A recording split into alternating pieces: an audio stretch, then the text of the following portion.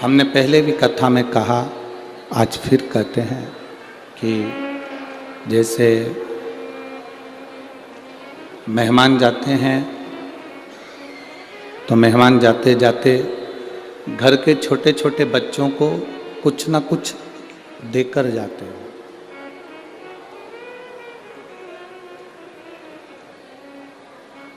मेहमान अगर जा रहे हैं तो घर के छोटे छोटे बच्चों को कुछ देकर जाते हैं। उसी तरह जिस दिन कथा का विराम होता है, कथा का विराम होता है, कथा समापन होती है या शिव महापुराण की कथा पूर्ण होती है, विराम की ओर जाती है, तो मेरा बाबा भी अपने इन सब बच्चों के गोदी में कुछ ना कुछ देकर जरूर जाता है।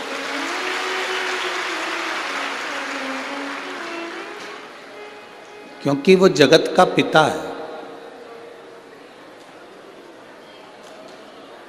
कथा के प्रथम दिवस में अपन ने स्मरण करा था कि ब्रह्मा जी ने भगवान विष्णु जी से पूछा था कि आपके पिता कौन है, और भगवान विष्णु ने कह दिया था कि ये मेरे पिता है।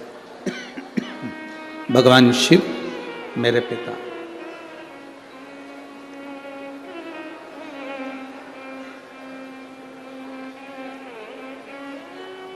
एक संबंध शिव का और आपका, एक संबंध शिव का और हमारा, एक संबंध शिव का और पूरे संसार का है। देखो,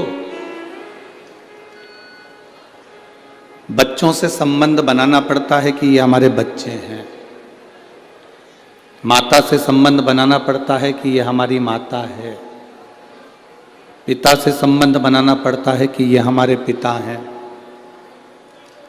घर में गौ माता रहती है, श्वान रहता है, बिल्ली रहती है, कुत्ता रहता है, जो भी तुम्हारे घर में है, उससे भी हम अपना एक प्रेम भाव का संबंध बनाते हैं कि हमारा पालतू है, हम इसको अपने साथ रखें।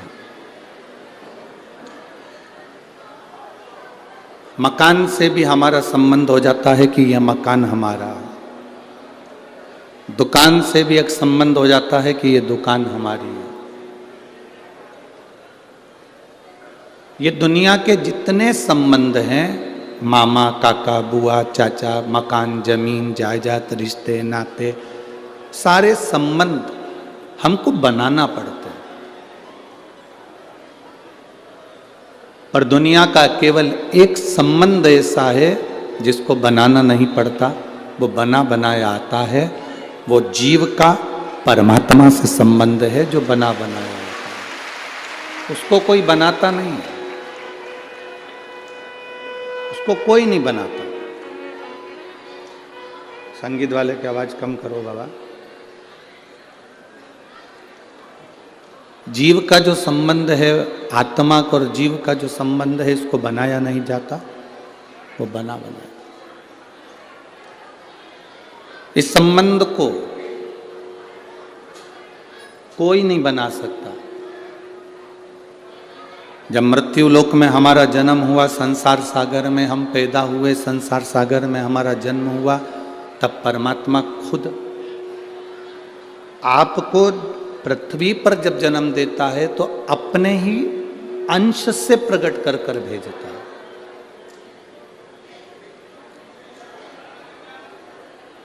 एक माता पिता के अंश से उसका जैसे बच्चा होता है,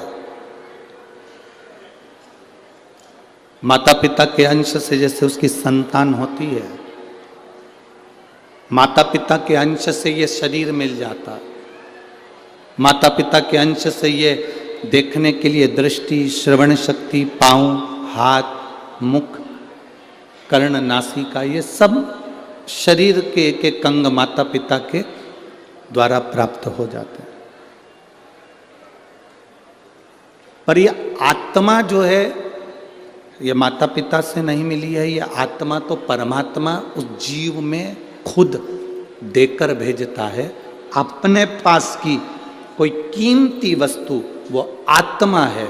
वो आपकी आत्मा परमात्मा खुद देकर भेजता है, जो दुनिया में कोई नहीं दे सकता। मरने के बाद कोई प्राण नहीं फूंक सकता।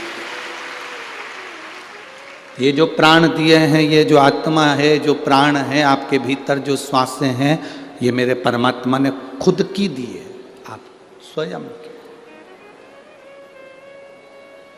संसार के लोगों से बड़ा संबंध परमात्मा से आपका होना चाहिए।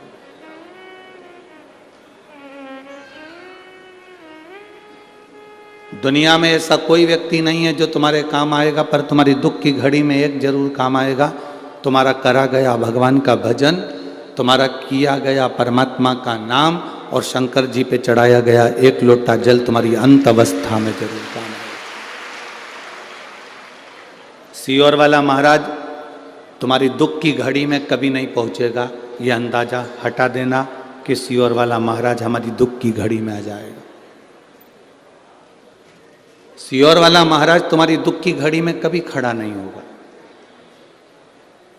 महाभारत का चरित्र उठाकर देखना, द्रौपदी का चीर खिंचा रहा है और द्रौपदी धृतराष्ट्र के सामने जाकर कहती है कि तुम मेरे काका ससुर हो। धृतराष्ट्र कहता है मेरी आंखें नहीं है। गांधारी कहती है मेरी आंखों पर पट्टी है। भीष्म पितामह कहते हैं मैं दुर्योधन के घर का अन्न खाया हूं। पति कहते हैं हमने हरा दिया तुझको। रोती रोती द्रौपदी गुरु द्रोणाचार्य के सामने जाकर खड़ी होती है और कहती है कि मैंने आपसे गुरु दीक्षा ली है, आप मेरे गुरु हो। कोई नहीं बचा सकता, कम से कम गुरु तो बचा सकता है। गुरु द्रोणाचार्य ने कहा इस सभा में जितने बैठे हैं कोई तुझे बचाने वाला नहीं होगा।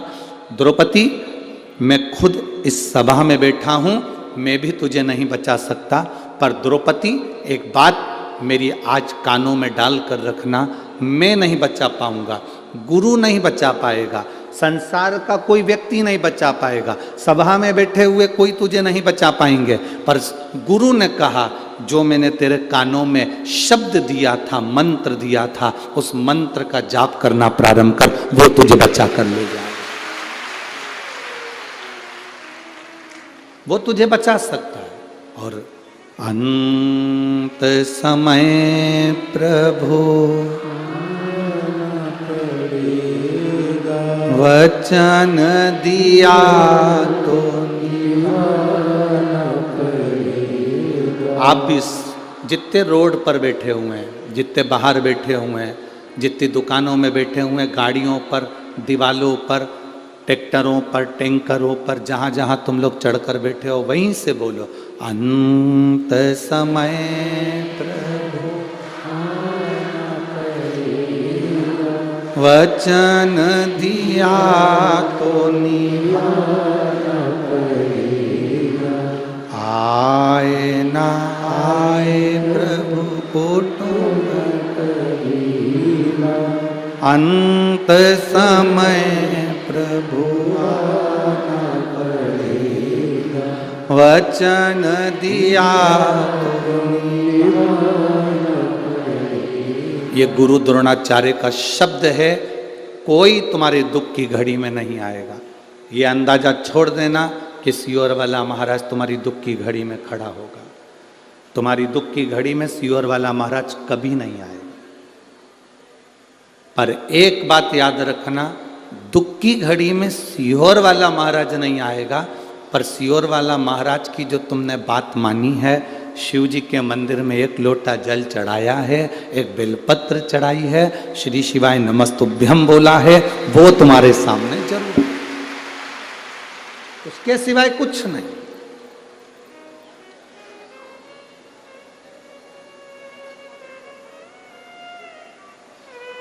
ये भ्रम है हमारा कि कोई हमारा साथ देगा। ये भ्रम है हमारा कि कोई हमारा साथ दे जाएगा। केवल वही आता, केवल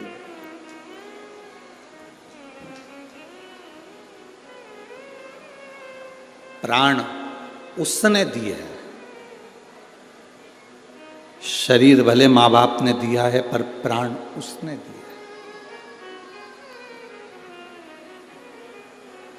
जिसने प्राण दिए हैं उस प्राण की रक्षा के लिए, शरीर की रक्षा के लिए नहीं, प्राण की रक्षा के लिए जिसने प्राण दिए हैं उस प्राणनाथ को पुकारोगे तो वो प्राण की रक्षा के लिए आपके नजदीक में आकर खड़ा जरूर होगा, वो आएगा।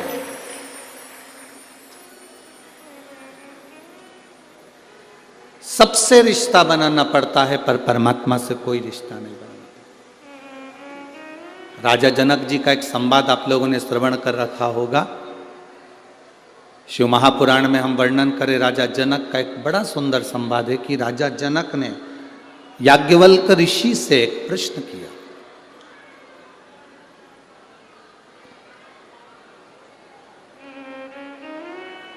बहुत सावधानी से आज की कथा सुनना, क्योंकि विराम दिवस की कथा है। बाबा से आप लोग इतनी इतनी दूर से विनती करने के लिए आए हो शिव महापुराण में, जब यहाँ से जाओ तो तुम्हारे बैग और ये झोली खुशियों से भर कर जाए, इतनी सी प्रार्थना लेकर हम बाबा से प्रार्थना करें। जहाँ बैठे हो वहाँ बैठकर इतनी शांति से, इतनी शीतलता से कथा सुनो। आपका पड़ोसी कितना भी बोले उसको कोई हुंकारा मत भरो। तुम्हारे पास में से कोई निकल कर भी जाए तो उसके पांव पड़ लो। 2 घंटे की कथा बैठ जाओ, हमें सुनने दो, हमें केवल सुनना है। कुछ नहीं चाहिए बाकी का, कथा का रसतत्व लेकर चले जाओ। हम तो आपको ना लड्डू दे सकते हैं, ना पेड़ा दे सकते हैं, ना तुम्हारे लिए कोई गाड़ी लगा सकते हैं, ना घोड़ा लगा सकते हैं। हम तो केवल ये कथा बाँचने का बाबा की कृपा से बाँच रहे हैं। वो बचवा रहा है, हनुमान जी महाराज सुन रहे हैं, सरकार ने बुला लिया, महाराज जी ने, हनुमान जी ने महाराज जी को प्रेरणा दी, उन्होंने ये कथा करवाई। आज पूरा ददरवा धाम में ऐसा कोई घर नहीं जहाँ पब्लिक ना भरी पड़ी है, भक्त ना हो।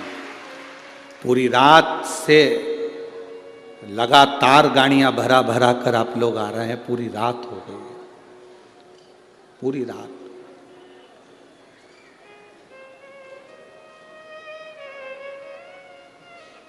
इसी पंडाल का एक वीडियो पूरे सब दूर चल रहा है।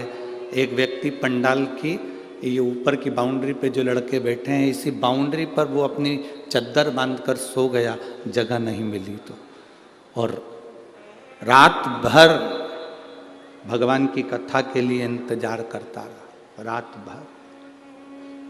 अब जरा विचार करिए, तुम उसकी प्रतीक्षा कर रहे हो, तुम उसका इंतजार कर रहे हो, अपने दुख को सुनाने के लिए आप बाबा के दरवाजे पर आए हो, तो क्या मेरा बाबा तुम्हारे दुख काटने के लिए तुम्हारे दरवाजे पर नहीं आएगा? राजा जनक जी ने याज्ञवल्क ऋषि से प्रश्न किया। याज्ञवल्क बाबा से एक प्रश्न राजा जनक जी ने कर दिया। मनुष्य किसकी रोशनी से देखता है? ये राजा जनक जी ने याज्ञवल्क बाबा से प्रश्न किया कि मनुष्य किसकी रोशनी से देखता है?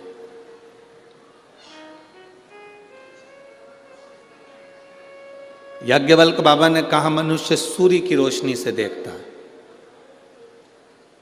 तो राजा जनक जी ने कहा सूर्य अस्त हो जाता है, इसके बाद किसकी रोशनी से देखता है? याज्ञवल्क बाबा ने कहा चंद्र की रोशनी से देखता है। चंद्र की रोशनी भी अगर बादलों में ढक गई, तारों में ढक गई, तो फिर किसकी रोशनी से देखता? याज्ञवल्क बाबा ने कहा कि अगर कोई घने जंगल में चले गया, चंद्र भी ढक गया, तब वो श्रवण की रोशनी से देखता। जैसे पूरे जंगल में अंधेरा ही अंधेरा छाया हो, तो कहीं से आवाज आती है तो व्यक्ति की दृष्टि वहां जाती है। कहीं किसी ने ताली बजाई अंधेरे में, तो व्यक्ति की दृष्टि वहां जाती है। कुछ नहीं दिख रहा, तब किसी ने चुटकी बजा दी तो व्यक्ति की दृष्टि वहां चली गई। याज्ञवल्क बाबा ने पहले कहा मनुष्य सूर्य की रोशनी से देखता है, सूर्य अस्त हो जाए तो चंद्र की रोशनी से देखता है। चंद्र भी अगर डूब जाए तो श्रवण की रोशनी से देखता है। और अगर यज्ञवल्क बाबा से राजा जनक जी ने कहा, मान लो कहीं श्रवण भी ना हो, सुनाई भी ना दे, तो फिर किसकी रोशनी से देखता है? तो यज्ञवल्क बाबा ने कहा, प्रत्येक मनुष्य जब पृथ्वी पर जन्म लेता है तो उसके अंदर स्वयं शिव समाया हुआ होता है, वो शंकर खुद रोशनी देता है।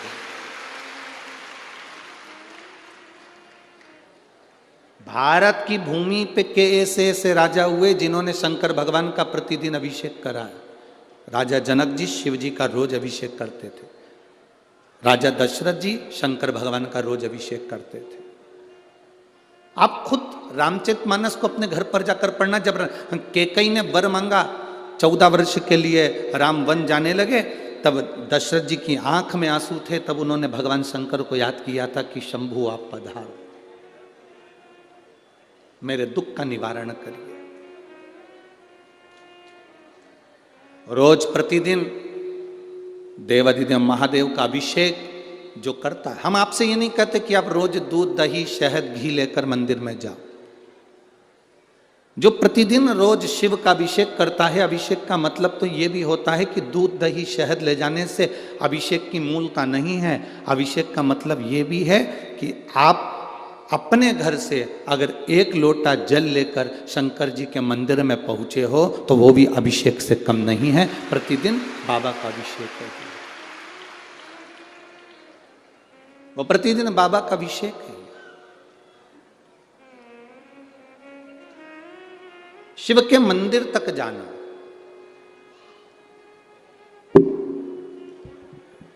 भगवान शंकर के मंदिर तक पहुंचना, भगवान शिव के द्वार तक जाना, भगवान शंकर की चौखट तक पहुंचना। और यहां तक शिव महापुराण की कथा कहती है, मान लो, एक ध्यान लगाइए, मान लो अगर आप शिव के मंदिर तक लोटा लेकर जल लेकर नहीं भी पहुंचे, लोटा भर जल लेकर आप शंकर के मंदिर नहीं भी पहुंचे, मान लो शिव के मंदिर आप लोटा भर के जल लेकर नहीं पहुंचे, केवल शंकर के मंदिर के सामने से निकलकर उसको नमन करते हुए, नमन भी नहीं करा, शीश झुका लिया, शीश भी नहीं झुकाया, शिखर को देख लिया, शिखर भी ना देखा, उसके दरवाजे से मुस्कुराकर चले गए, तो वो भी अभिषेक ही है, वो भी अभिषेक है।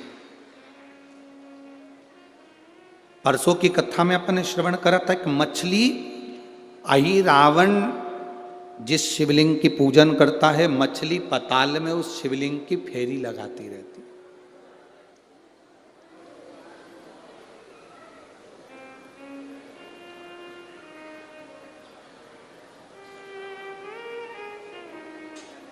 मछली शिवलिंग की फेरी कर रही है, उसके आसपास घूमती रहती है। शंकर भगवान ने कितनी बड़ी कृपा कर दी कि शंकर भगवान ने उस मछली का पेट भरने के लिए, उदर तृप्ति के लिए उसने आराधना करी, तो उसके घर में जो संतान हो वो बड़ी बलवान हो और उसको कुछ राजपद मिले। तो हनुमान जी के शरीर का पसीना उस मछली को दे दिया और मछली का गर्भ ठहर गया था और मकर ध्वज उत्पन्न हो गया। एक बार हनुमान जी महाराज के पोते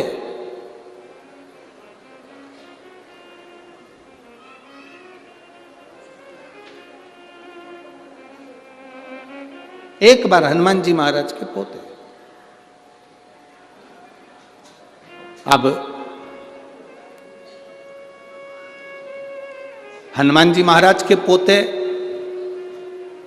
मोरध्वज, मकर ध्वज का बेटा, हनुमान जी महाराज के पोते ने एक बार श्री हनुमान जी महाराज के सामने खड़े होकर एक प्रश्न कर दिया। और जितने बच्चे अपने माँ बाप से प्रश्न नहीं करते, उससे ज्यादा प्रश्न अपने दादाजी से करते हैं। मोरध्वज के दादाजी हैं श्री हनुमान जी महाराज।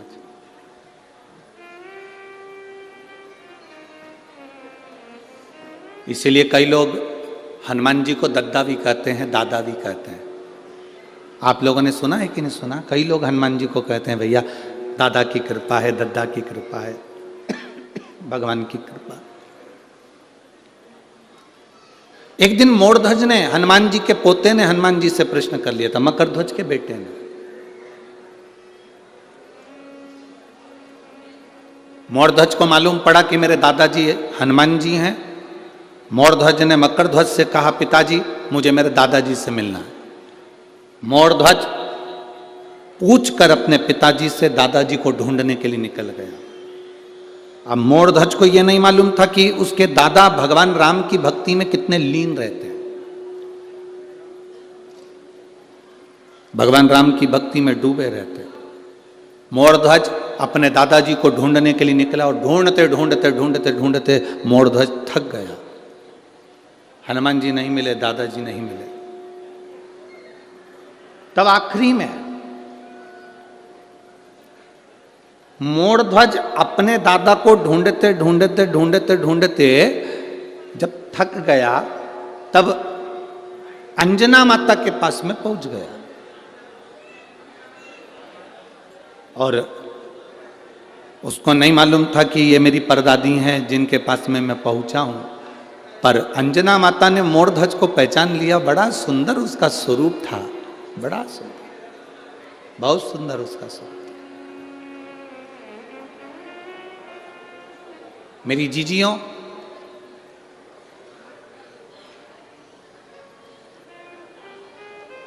आज भी दूल्हा दुल्हन के सिर पे मोड़ बांधा जाता है।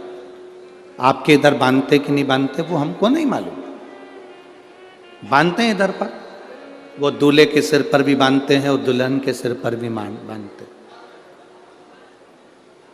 ये मोड़ जो दूल्हा दुल्हन के सिर पर बांधा जाता है, इस मोड़ का मतलब होता है कि तुम्हारी जिंदगी में अब शादी होने के बाद एक अलग से मोड़ आने वाला है और उस मोड़ के आने पर तुम संभल कर चलना तो तुम्हारी जिंदगी सार्थक हो। हमारे यहां मोड़ का विसर्जन भी बड़े अच्छे से करा जाता है। किसी कुएं में या खड्डे में मोड़ को नहीं डाला जाता, पवित्र नदी के अंदर मोड़ का विसर्जन किया जाता है। हमको तो लगता है यहाँ के लोग, तो मुझे लगता है कि आपके नज़दीक की जो पवित्र नदी हो, आप लोग उसी में विसर्जन करते हैं। जैसे चंबल माता में ले जाकर विसर्जन कर देते होंगे, करते हैं आप लोग, जाते हो मोड़ विसर्जन करने के लिए। तो दूल्हा दुल्हन के सिर पर मोड़ बांधा जाता है, जो हमारी एक जिंदगी में भी अविरलता का मोड़ उत्पन्न कर देता है, सुख अनुभव करा देता है। और मोड़ का काम क्या है कि वो विजयता भी देता है। अब मकरध्वज का पुत्र मोरध्वज, मोरध्वज ने हनुमान जी को ढूंढना चाहा, नहीं मिले। ढूंढते ढूंढते ढूंढते ढूंढते मोरध्वज आखिरी में माता अंजना के पास पहुंच गए। पर दादी थी अंजना माता, पर दादी। पूछा, दादी मां, ए दादी मां, एलईडियां चालू करिए, एलईडियां चालू करिए, पीछे की एलईडियां चालू करिए। मां, ए दादी मां। दादी मां तुरंत अंजना माता ने पूछा, क्या बात है, क्या होगा? मुझे श्री हनुमान जी महाराज मेरे दादाजी का दर्शन करना है। जैसे ही मोरध्वज के मुंह से सुना कि दादाजी का दर्शन करना है, तू दादा कैसे कह सकता है? कहा, मैं मकरध्वज का बेटा हूं और मकरध्वज के पिता हनुमान जी हैं। अंजना माता ने कहा, तो फिर तेरे पिताजी की माता मैं हूं, क्या चाहता है बोल? मुझे मेरे दादाजी का दर्शन करना है।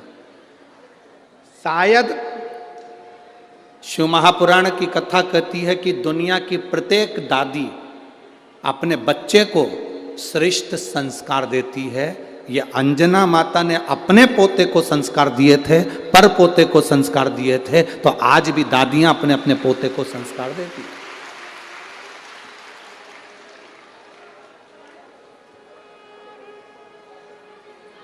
एक मां भले बच्चे को कुछ भी सिखा दे, एक पिता भले अपने बच्चे को कुछ भी सिखा दे, पर जो घर की बुजुर्ग दादी होती है, जो घर की बूढ़ी मां होती है, वो बच्चे को श्रेष्ठ संस्कार देती है। और निवेदन है आपसे, ध्यान रखना अपनी जिंदगी में, बच्चों को कार दिलाओ ना दिलाओ, बच्चों को प्रॉपर्टी दिलाओ ना दिलाओ, बच्चों को गाड़ी दिलाओ ना दिलाओ, बच्चों को कार दिलाओ ना दिलाओ, पर शिव महापुराण की कथा कहती है कि बच्चों को संस्कार जरूर दिलाना, जिससे तुम्हारी जिंदगी सार्थक हो सके, तुम्हारा जीवन सुखमय हो सके, तुम्हारी जिंदगी में सार्थकता उत्पन्न हो सके, तुम्हारा जीवन सार्थक हो सके।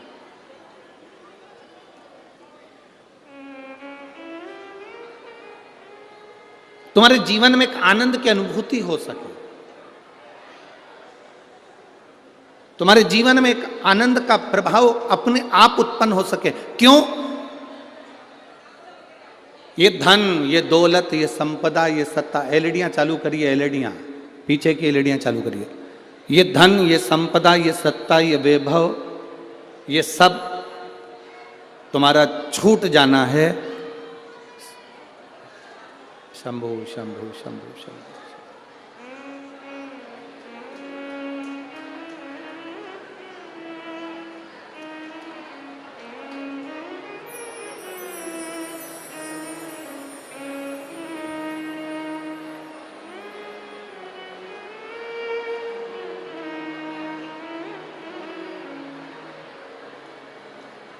शंभो शरणे मांगू घड़ी रे घड़ी, दुख काटो दया कर दर्शन। ओ शंभो शरणे मांगू घड़ी रे घड़ी, दुख काटो दया करीने दर्शन। तुम्हारी धन, तुम्हारी दौलत, तुम्हारी संपदा, तुम्हारी सत्ता, तुम्हारा वैभव, ये तुम्हारे काम आए ना आए, पर इतना जरूर ध्यान रखना, अपने बच्चों में जो तुम संस्कार दोगे, वो संस्कार तुम्हारे मरते दम तक तुम्हारे काम आएंगे। ये निश्चित है, आखिरी तक चलने वाला वो संस्कार अपने बच्चों को दो, आखिरी तक चलने वाला, अंत तक।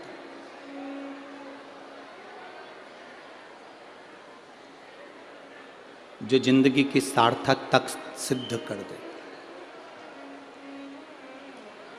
संसार में जन्मा हुआ प्रत्येक मनुष्य, संसार में जन्म लेने वाला प्रत्येक मानव, संसार में जन्म लेने वाला प्रत्येक मनुष्य, प्रत्येक मानव, भीतर जो परमात्मा समाहित है, भीतर जो शिव तत्व आपके समाहित है, उससे वो परमात्मा का दर्शन कर सकता है। अच्छा एक बात बताओ, जब ज़्यादा बीमारी हो जाती है वेंटिलेटर पर पटक देते हैं, और वेंटिलेटर पर पटकने के बाद फिर डॉक्टर एक बात कह देता है, हम पूरी कोशिश कर रहे हैं। बोलो री जी, सही बात है ना? डॉक्टर क्या कहता है? हम पूरी कोशिश कर रहे हैं, पूरी कोशिश हम कर रहे हैं, सारी कोशिश हम कर रहे हैं, पूरी कोशिश हम कर रहे हैं, पर अब जो है कि हमारे हाथ में कुछ भी नहीं है। अब किसके हाथ में है? अब उसके हाथ में। मतलब डॉक्टर को भी मालूम है कि एक और डॉक्टर बैठा हुआ है, वो डॉक्टर जो बैठा है वो अलग से इलाज कर देता है, और कैसे इलाज करता है ये किसी को नहीं मालूम पड़ पाता, वो निहाल कर देता। एक और बैठा,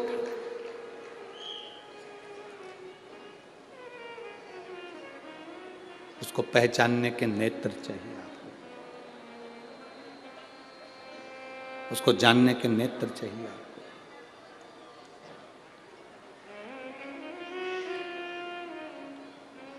और खाली न जाता कोई दर से तुम्हारे, खाली न जाता कोई दर से तुम्हारे मैं भी खड़ा हूँ बाहें पसार, मैं भी खड़ा हूँ बाहें पसार, अपने हृदय से लगा लो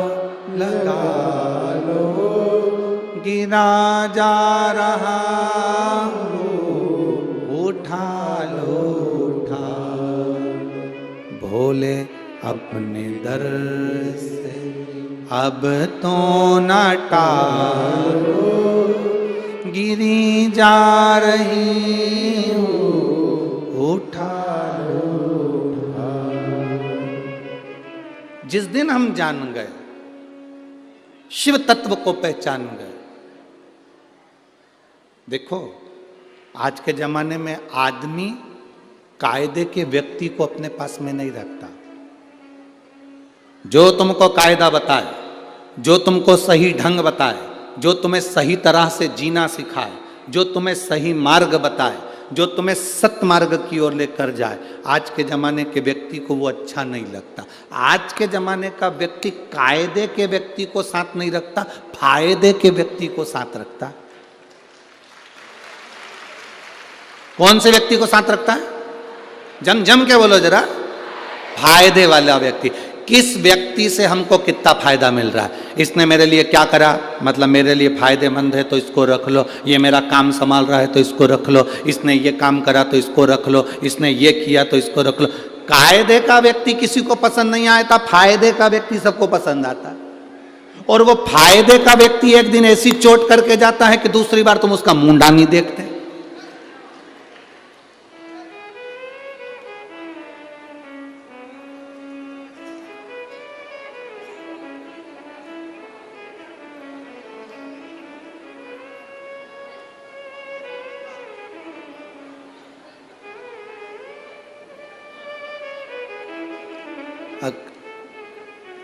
कोई लोग बात करते हुए जा रहे थे, कायरी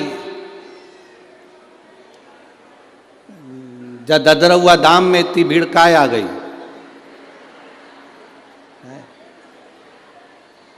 कछु मिल रहा है का? तो एक छोटा सा लड़का पास में से निकल कर जा रहा था। वो कह रहा था यहाँ कुछ नहीं मिल रहा। तुम ये मत सोचो कि यहाँ कोई फायदे की चीज मिलेगी। उस बच्चे ने कहा यहाँ केवल एक कायदे की चीज मिलेगी कि तुम्हें जीने का तरीका आ जाए।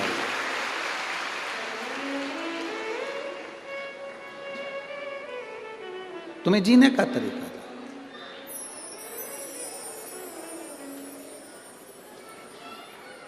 हम भिखारी को रोटी देते हैं, आप लोग देते हो कि नहीं देते हो? जम के तो बोलो, देते हो? ऐसा कोई, जितने लोग आस्था चैनल पर कथा सुन रहे हैं, जितने फेसबुक यूट्यूब पर कथा सुन रहे हैं और जितने लाखों की संख्या में इस प्रांगण के अंदर ददरहुआ धाम में कथा सुन रहे हैं, आप सब भिखारी को रोटी देते हो, किसी को पैसा देते हो, किसी को रोटी देते हो। पर शिव महापुराण की कथा कहती है, शंकर जी की कथा कहती है, भिखारी को रोटी खिलाओ, मना नहीं है। भिखारी को रोटी दो, मना नहीं है। पर शिव महापुराण की कथा कहती है, भिखारी को कब तक भिखारी रखोगे?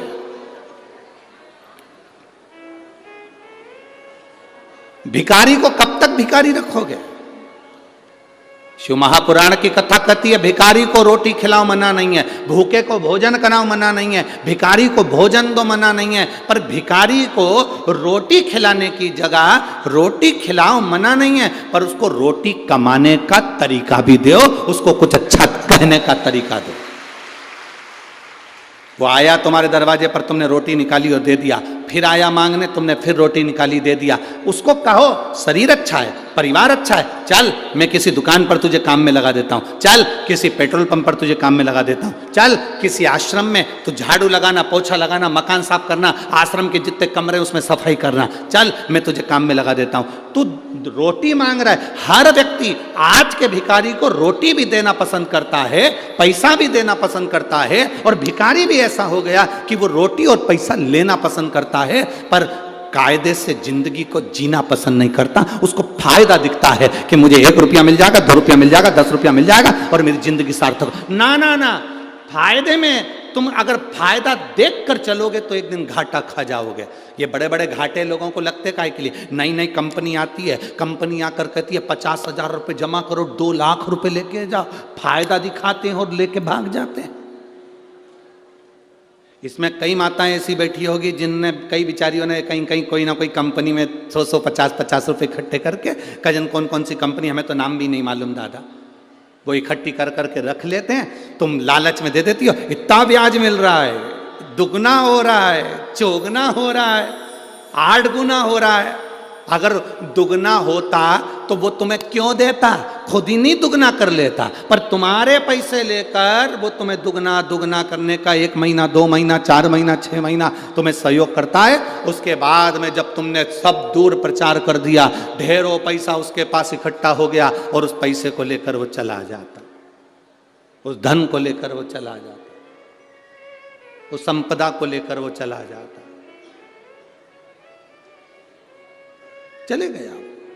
वो धन लेकर चले गया, वो पैसा लेकर चले गया, वो संपदा लेकर चले गया। फायदा देखा ना तुमने, कायदे का आदमी नहीं ढूंढा, तुमने फायदा देखा कि दुगना हो रहा है। और एक व्यक्ति था तुम्हारे पास में, वो कह रहा था देखो जी मेहनत करो, थोड़ी सिलाई मशीन ले लो, अपना खुद का शोरूम डाल लो, तुम्हारा काम कर लो, तुम्हारा ये काम कर लो, मेहंदी का काम अच्छा है तो मेहंदी का काम कर लो, तुम्हें जो काम अच्छा लगता है वो काम कर लो, तुम चोली अच्छी सिलो तो चोली का काम सीख लो, तुम अगर लहंगा अच्छा सिलो तो लहंगे का काम कर लो, चप्पल अच्छी बना सकते हो तो चप्पल का काम सीख लो, कढ़ाई अच्छी आती हो तो कढ़ाई का काम सीख लो। एक व्यक्ति कह रहा है अपने पैसे को खुद पर खर्च करो, खुद इतनी मेहनत करो कि 4 चांद लग जाए, तुम्हारा धन, तुम्हारा सामान तुम्हारे पास में रहना चाहिए, पर तुमने फायदा देखा, यहाँ से फायदा ज़्यादा होगा, फायदा ज़्यादा होगा, फायदा ज़्यादा होगा, और फायदे के चक्कर में मालूम पड़े सब नष्ट हो गया। इसलिए शिव पुराण कहती है कायदे का व्यक्ति ढूंढना, फायदे का व्यक्ति मत ढूंढना। कायदे का व्यक्ति मिल गया तो नैया पार कर देगा।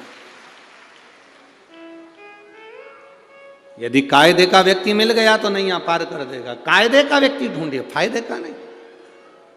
हम देखते हैं कि हमारी फायदा कहां से हो सकता है, कहां से 500 रुपये आ सकते हैं, कहां से 1000 रुपये आ सकते हैं, कहां से 10,000 आ सकता है, कहां से 25,000 आ सकता है। हम फायदा ना देखें, हम कायदा देखें कि हमारी भक्ति में वो बल बढ़ जाए, हमारे भजन में वो बल बढ़ जाए। जैसे मीरा, कर्मा, नरसिंह मेहता, नामदेव, ध्रुव, प्रहलाद, इनकी भक्ति में जो बल बढ़ गया था, ऐसा बल हमारे भीतर बढ़ना चाहिए। ऐसा बल हमारे भीतर बढ़े।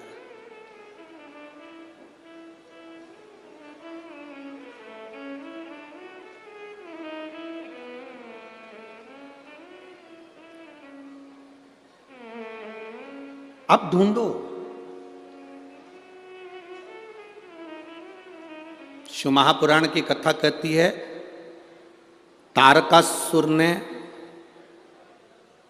मृत्यु मांगी भगवान से, मृत्यु,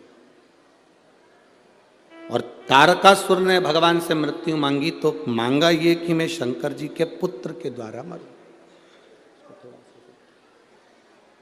थोड़ा इधर घुमा दो, मृत्यु मांगी।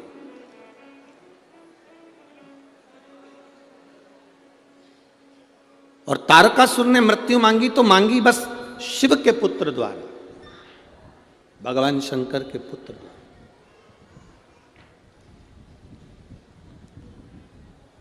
उन्होंने और मृत्यु मांगने का केवल एक साधन जो लिया वो भगवान शंकर के पुत्र। क्यों शंकर जी के पुत्र द्वारा? क्यों?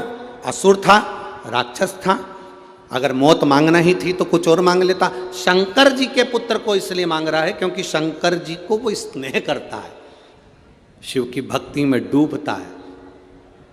सरल है शंकर, अड़भंगे हैं शंकर, सहज है शंकर, एकदम सिंपल, एकदम सिंपल। एकदम सरल। मांगा, और मांगा तो क्या मांगा कि मुझे शंकर भगवान का पुत्र मारे, मुझे शिव का पुत्र मारे। क्यों? क्योंकि वो चाहता था भगवान शंकर की शादी हो जाए। शादी हो जाएगी तो बच्चे होंगे ना, विवाह हो जाए उनके और शादी होगी, बच्चा होगा। वो चाहता है मेरे मरने से पहले मेरे बाबा देवादिदेव महादेव का जो परिवार है वो पूर्ण बैठे, पूर्ण। अगर आज शंकर भगवान के शिवालय में, शिव मंदिर के अंदर पार्वती जी बैठी हुई दिखती हैं, शिवालय के अंदर कार्तिकेय बैठे हुए दिखते हैं, शिवालय के अंदर गणेश जी बैठे हुए दिखते हैं, शिवालय के अंदर शंकर भगवान बैठे हुए दिखते हैं, शिवालय के अंदर नंदी बैठा हुआ दिखता है, तो ये विश्वास मानकर चलना इनको बिठाने वाला कोई दूसरा नहीं था, तारकासुर था। अगर वो नहीं मांगता तो कार्तिकेय नहीं आते, वो नहीं मांगता तो गणेश जी नहीं आते, वो नहीं मांगता तो पार्वती जी के साथ शिव जी का विवाह नहीं होता। उसने मांगा इसलिए पार्वती के साथ शिव जी का विवाह हुआ। उन्होंने मांगा इसलिए विवाह संपन्न हुआ, इसलिए विवाह संपन्न हुआ। उन्होंने मांगा इसलिए वो मिला है। वो मांगते नहीं तो ये कार्तिकेय आता भी नहीं, ये गणेश जी आते भी नहीं।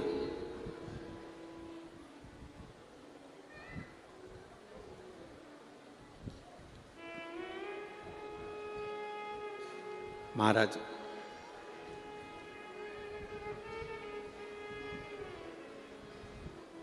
तारकासुर के प्राण चले गए। तारकासुर के 3 बेटे थे, तारकाक्ष, विदुम्माली, कमलाक्ष की। तीनों ने 3 पुरियां बसा ली थी और उन 3 पुरियों के राजा बनकर बैठ गए थे। किसी देवता से उनकी पुरियां भस्म नहीं हुई। पुरी का मतलब होता है नगर, शहर, प्रदेश।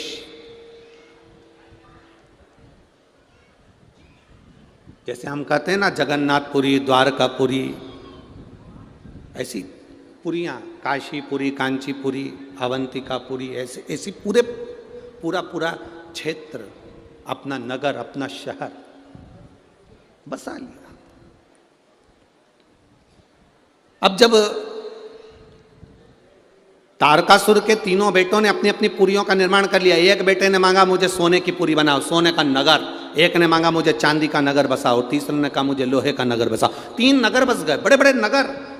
उपद्रव चालू कर दिया। जब व्यक्ति बहुत संपदावान हो जाता है, वैभववान हो जाता है, बहुत ज्ञानवान हो जाता है, तो उसमें थोड़ा सा अहम आ जाता है, थोड़ा सा अहंकार आ जाता है। शिव महापुराण की कथा कहती है, ये चमक ये दमक फुल्ल वन में महक, सब कुछ सरकार तुम्ही से है। अपना है क्या? आज अगर ददरौआ धाम में इतना विशाल विशाल आयोजन अगर हो रहा है, ददरौआ धाम में इतना विशाल विशाल कथाएं हो रही हैं, भंडारे हो रहे हैं, भोजन चल रहा है, लोग भगवान की भक्ति कर रहे हैं, तो ये चमक ये दमक फुल्ल वन में महक सब वो श्री हनुमान जी महाराज की है, जिन्होंने संसारवासी को सब कुछ उनका। और इस ददरौआ धाम में विराजमान होने वाले चाहे महाराज जी के गुरु जी हों, जिनका ये वर्ष चल रहा है, जिसका ये आयोजन चल रहा है, CFPA उत्सव चल रहा है, चाहे महाराज जी हों, चाहे उनके दादा गुरु हों, चाहे उनके गुरु हों, जिन्होंने भजन किया, भक्ति करी, उसका फल है, उसका फल। हमने पहले दिन की कथा जब चालू करी थी तो हमने श्री अखिलेश तिवारी जी जो यहाँ के यजमान बने हैं, गुरु जी के कृपा पात्र, तो हमने उनसे कहा था शिव महापुराण के यजमान बनने के लिए लोग महाराज जी 2027 तक लाइन लगाकर खड़े हुए हैं। ये तो महाराज जी की कृपा थी जो अखिलेश तिवारी जी आपको ये यजमान पद मिला। ये गुरु की कृपा हुई तो मिल गया, गुरु की कृपा।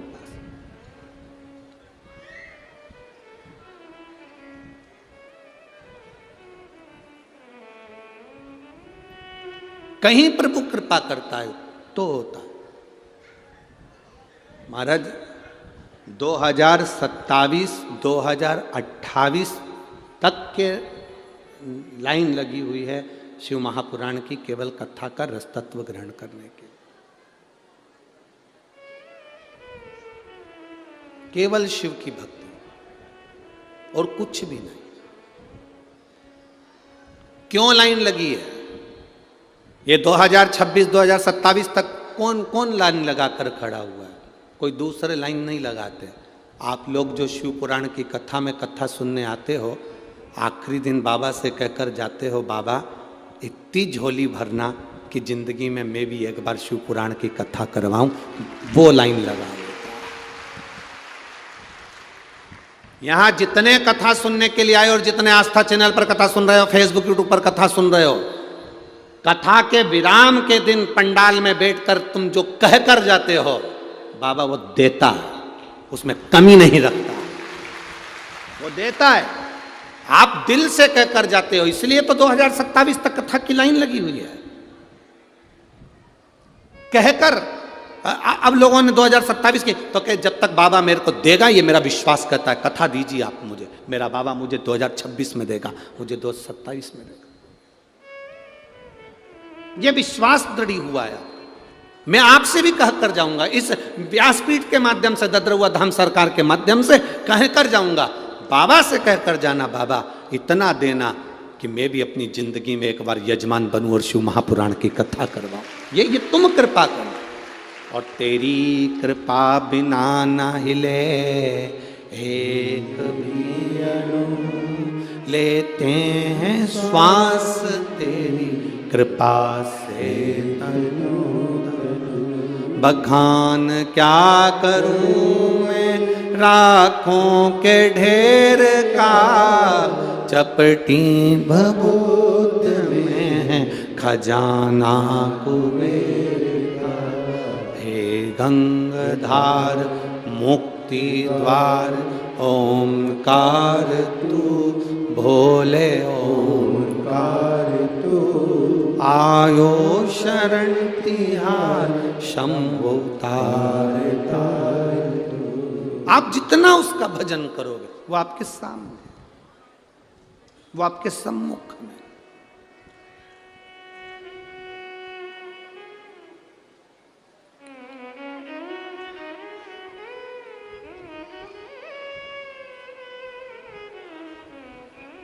कई लोगों को गलतफहमी हो जाती है, कई बार प्रशासन को भी ऐसा हो जाता है कि आखिरी दिन की कथा सुबह 9 बजे है, 8 बजे है, इतनी जल्दी कौन आएगा, कौन पहुंचेगा। पर जब भक्तों का आना चालू होता है तो प्रशासन भी कहता है कि इतनी सुबह से इतने सारे कैसे आ गए। उनको भी लगता है कहाँ से आए। हम कहते हैं ये कोई साधारण मनुष्य कथा सुनने के लिए कभी शिव पुराण में नहीं जाता। माली अपनी टोकनी में वही फूल रखता है जो माली को अच्छा लगता है। हम बेलपत्र वो ही तोड़ कर रखते हैं जो अच्छी होती है। बोलो सही है कि गलत है? जब हम अपनी झोली में बेलपत्र अच्छी रखते हैं, फूल अच्छा रखते हैं, तो मेरे महादेव भी अपनी कथा में अच्छे अच्छे फूल लेकर आता है। कोई साधारण नहीं है।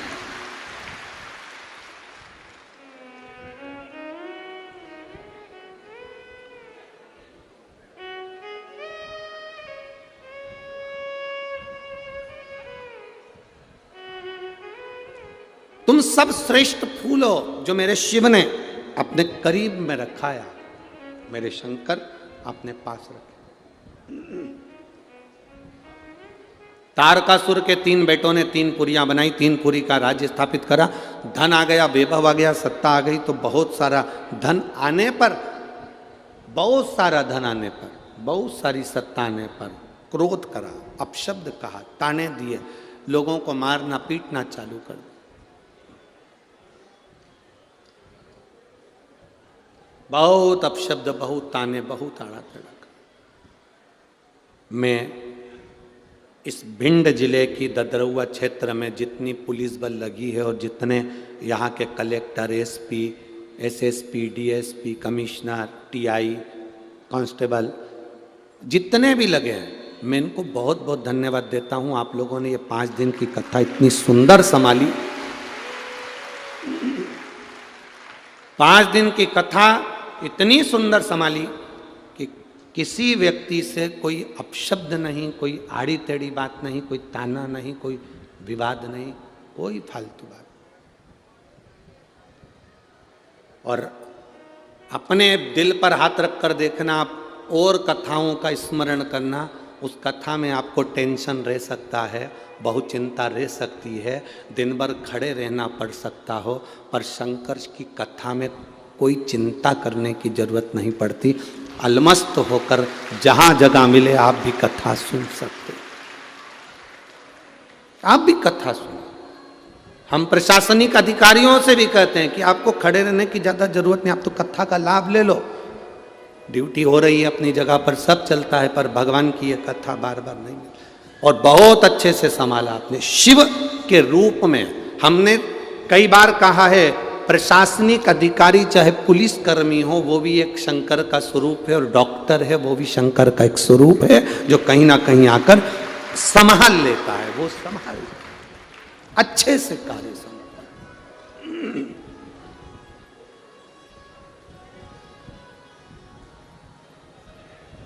आप शिव भक्ति को करो, शिव आपको टेंशन से मुक्त कर देता है।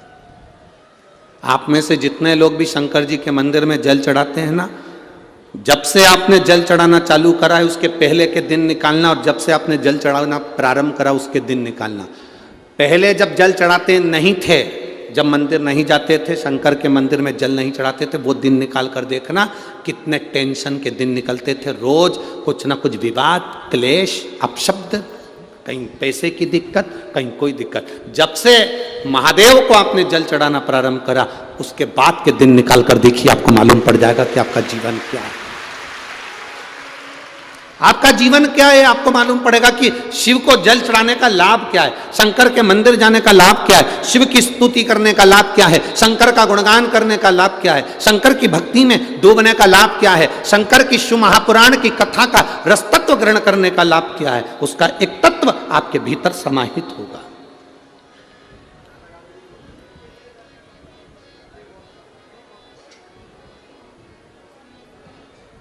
महाराज तारकासुर के तीनों पुत्र अहम में डूब गए, अहंकार में, अभिमत्ता में, अहम में समाहित हो गए।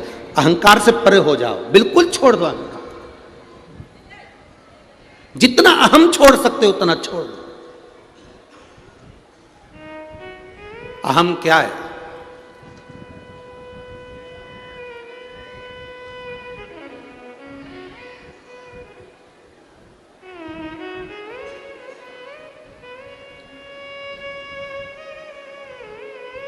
कौशल्या मैया के पास में राम जी महाराज आकर बैठे।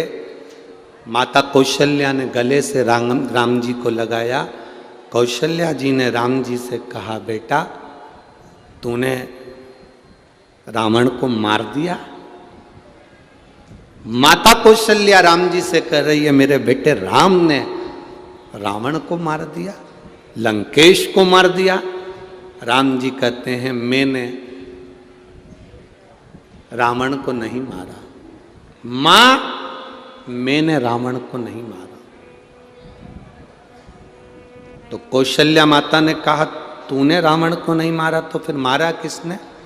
राम जी कहते हैं, मैंने रावण को मारा। अभी क्या कर रहे थे राम जी? मैंने रावण को नहीं मारा, मां मैंने रावण को नहीं मारा।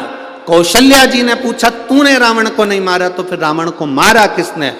तो राम जी कहते हैं, मैंने रावण को मारा। माँ पूछती है, अभी तो तू कह रहा था कि मैंने रावण को नहीं मारा, अब तू कह रहा है कि मैंने रावण को मारा, ये कैसी बात है राम? राम कहते हैं, माँ राम ने रावण को नहीं मारा, रावण को उसके मैं मतलब अहंकार, अहंकार ने रावण को मार दिया।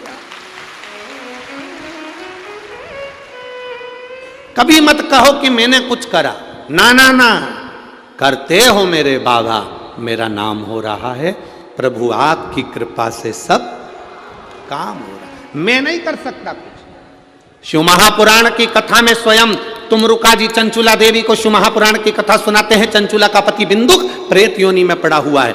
तुमरुका जी जब कथा सुनाने के लिए बैठे, देवाधिदेव महादेव ने कहा, तुमरुका जी मैं यजमान बनाऊं। शंकर पार्वती शिव महापुराण के यजमान थे। ईश्वर जी गोरा जी बनकर कथा सुन रहे थे। शंकर पार्वती ने कहा, तुमरुका जी मैं यजमान बना हूं, तुम कथा कहना प्रारंभ करो। तुमरुका जी ने हाथ जोड़कर कहा, शिव महापुराण की कथा मैं बांट सकूं, ये मेरी सामर्थ्यता नहीं है। कोई दूसरी पुराण होती तो मैं बांट सकता था, पर शिव पुराण की कथा मैं कभी नहीं बांट सकता। शिव महापुराण की कथा कौन बांचेगा? शंकर भगवान से तुमरुका जी ने कहा, कथा आपको बांचना पड़ेगी। शंकर जी कहने लगे, फिर सुनेगा कौन? तुमरुका जी कहते, कथा आपको सुनना पड़ेगी। शिव महापुराण की कथा करवाएगा कौन? क्योंकि चंचुला देवी तो बेधव्य है, ये कैसे करवा सकती है? तो कथा करवाओगे भी आप, सुनोगे भी आप और बांचोगे भी आप, कोई दूसरा नहीं बांट सकता। शिव महापुराण की कथा बांचने वाला भी शंकर है, सुनने वाला भी शंकर है और कराने वाला भी शंकर है। उसके सिवा कोई नहीं करा सकता।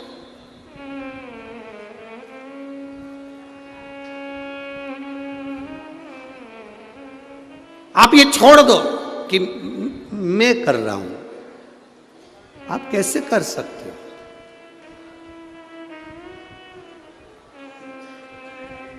कई माताएं बड़े गुस्से में कह देती है, वो तो मैं जिंदा हूं ना, इसलिए सब काम हो रहा है।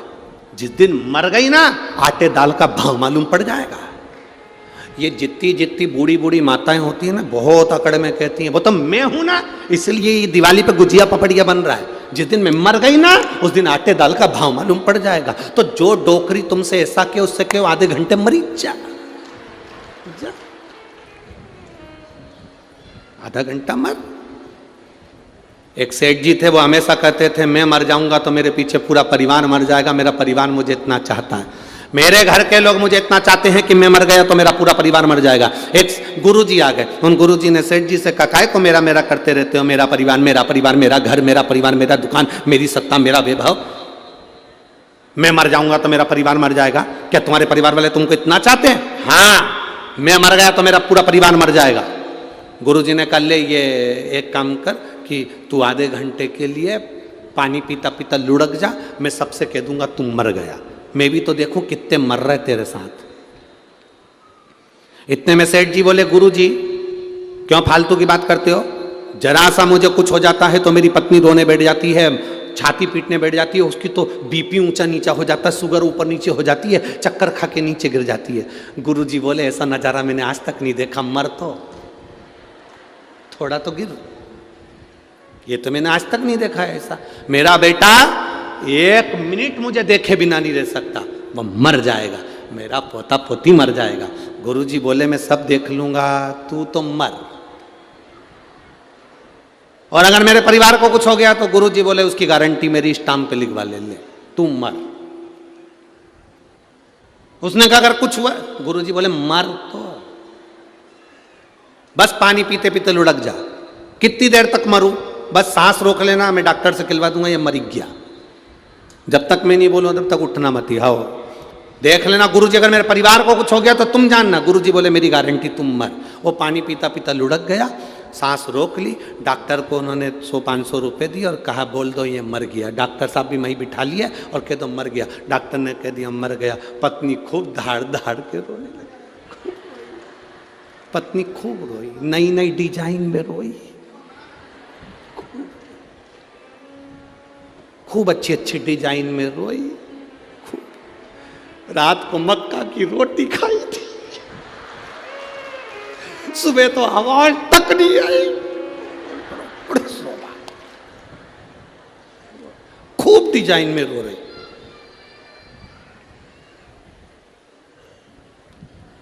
गुरुजी ने पूछा, सेठानी क्या हुआ? सेठानी बोले, मेरा पति चले गया, बताकर भी नहीं गया, मेरे से बात भी नहीं करी। गुरुजी बोले, मेरे पास में एक ऐसी बूटी रखी है, तू खाएगी, तू मर जाएगी, तेरा पति जिंदा हो जाएगा, ले। इतने में सेठानी बोली, इनकी तो उम्र हो गई थी।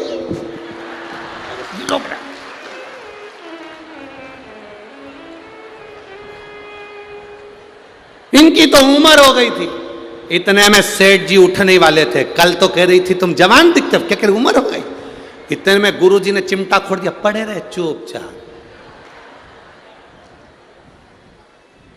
बेटा रो रहा था, तू क्यों रो रहा है? पिताजी चले गए, ये भी नहीं बताया कि किससे कितना लेना था। बाप के जाने का गम नहीं है, लेनदारी का पहले हो गया, लेन देन क्या होगा। पिताजी चले गए, बताया नहीं। इतने में गुरुजी ने बोला ले बूटी तू खा ले, तू खाएगा तेरा बाप जिंदा हो जाएगा। इतने में रोते रोते बोले पापा तो कह रहे थे अब दुकान तुझे ही संभालना। छोटा सा पोता रो रहा था, तू क्यों रो रहा है? मेरे दादा चले गए। तो तू क्यों रो रहा है? अब मुझे कुरकुरा कौन दिलाएगा, टॉफी कौन लाएगा? तो तू क्यों रो रहा है? ले बूटी तू खा, तू मर जाएगा तेरा दादा जिंदा हो जाएगा। इतने में छोटा सा बच्चा गुरुजी के कंधे पर हाथ डालकर बोला गुरुजी तुम्हारे कोई आगे ना तुम्हारे कोई पीछे, तुम नहीं खा लो। और गुरुजी को खवा रहा है। अरे वाह वारी दुनिया, मतलब की दुनिया में किसी कौन किसका संसार में, कोई किसी का नहीं। हमको लगता है ये मेरे, अरे भगवान राम से कौशल्या माता ने कहा तूने रावण को मारा, राम जी कहते मैंने नहीं मारा। रावण को किसने मारा? रावण को मैंने मारा। भगवान का कहने का मतलब है राम रावण को नहीं मारे। रावण के अंदर जो अहंकार था, रावण के भीतर जो अभिमत्ता थी, रावण के भीतर जो मैं था, हर कभी चिल्ला चिल्ला के कहता फिरता था मैं लंकेश, मैं लंकेश, मैं लंकेश। ऐसे कई लोग होते हैं तुरंत अपना परिचय दे देते, तुम मुझे जानते नहीं हो, मेरे पास ये पद है, मेरे पास ये प्रतिष्ठा है। किसी सतगुरु के पास जाना, जिसको धन की जरूरत है उसके पास जाओ तो अपनी प्रतिष्ठा बताओ, अपना नाम बताओ, अपनी सत्ता बताओ, अपनी कुर्सी बताओ। पर जिसको तुम्हारे धन की जरूरत नहीं, सत्ता की जरूरत नहीं, उसके पास जाकर अगर मिलना तो कभी मत कहना कि तुम्हारे पास में कौन सी सत्ता है, कौन सा वैभव है। वहां जाकर कहना कि बस कथा सुनने आया हूं, बहुत सुना था महादेव की कथा का लाभ, इसलिए उसके चरणों में बैठकर श्रवण करने आया हूं। मेरी कौन कुर्सी, कौन पद, कौन सत्ता, हमें मतलब नहीं। तुम कथा सुनने के लिए आए हो, बाबा की कथा सुनने के लिए बैठो, भोलेनाथ जी की दृष्टि तुम पर पड़ जाए उस कथा को सुनते सुनते, तो जब वो चोर को कुबेर बना सकता है तो तुम्हें भी राज सिंहासन पर बिठा सकता है।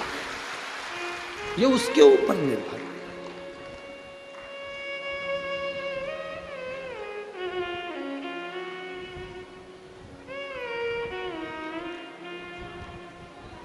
भक्ति के बल को बढ़ाना मार्ग।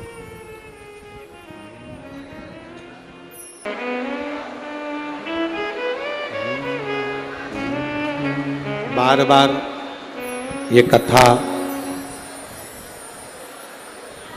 नहीं मिलती, कोई योग संजोग से ददरुआ धाम में बाबा ने कथा कराई है। आप दिल से बाबा से प्रार्थना करें।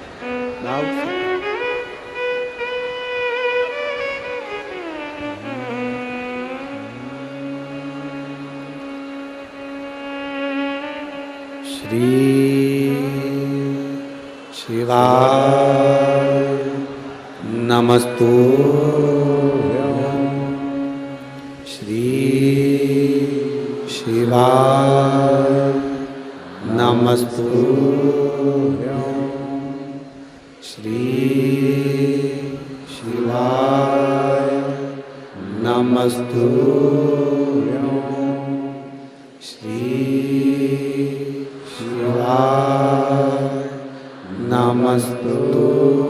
नमस्तुभ्यं, श्री शिवाय नमस्तुभ्यं।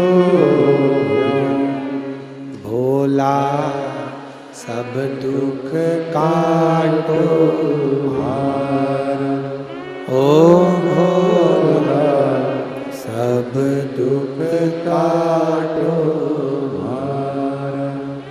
शिव शंकर जपू तेरी माला, भोले बाबा जपू तेरी माला। भोला सब दुख काटो ओ भोला सब दुख काटो वेश है मंगल मंगलकारी, वेश है मंगल मंगलकारी। शमशान वासी हमारा, शमशान वासी हमारा, ओ भोला सब दुख काटो हमारा, ओ भोला सब दुख काटो हमारा। भगवान देवाधिदेव महादेव शिव की कथा कर रही है, ओगरदानी का संवाद कर रहा है। तारकासुर के 3 पुत्र तारकाक्ष, विनुमाली, कमलाक्ष की ने पुरियों का निर्माण कर लिया, पर देवताओं से वो पुरी जलाई नहीं गई। जो उन्होंने नगर बसाया था वो नगर समाप्त करते नहीं बने।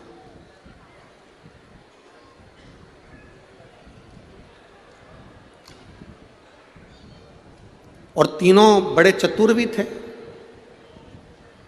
तारकाक्ष, विदुमाली, कमलाक्ष की बड़े चतुर थे। भगवान शंकर की आराधना करना, पूजन करना, साधना करना, उनको मालूम है कि ये भगवान शिव केवल अकेले हैं जो हमारी पुरियों को नष्ट कर सकते हैं, हमारे नगर को नष्ट कर सकते हैं। अपना घर, अपना परिवार, अपना कुल, अपना क्षेत्र नष्ट कब होता है? जब प्रेशर को, जब हम देवाधिदेव महादेव की निंदा कर रहे हो या अपशब्द कर रहे हो।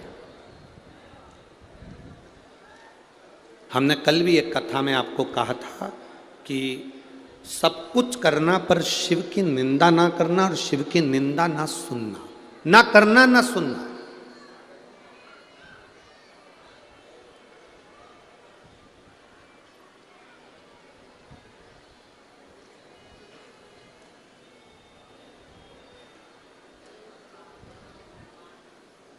ना हमें निंदा करना है, ना हमें निंदा सुनना है।